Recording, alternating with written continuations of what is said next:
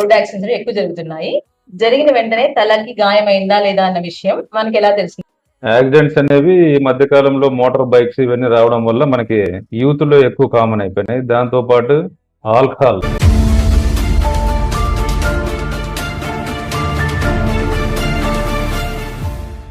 Sir మామూలుగా అయితే ఒకప్పుడు చాలా ఏజ్ వాళ్ళకి మాత్రమే మనకి బ్యాక్ పెయిన్ చూసేవాళ్ళం సార్.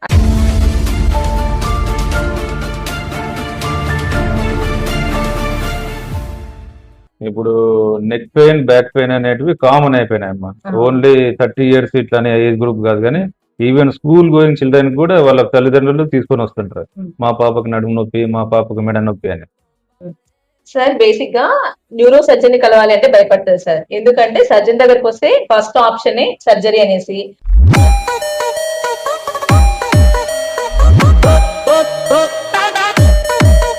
ఓకే, ఇది అపోహ అంటారా లేకుంటే ఇది నిజమా? అది కరెక్ట్ కాదమ్మా.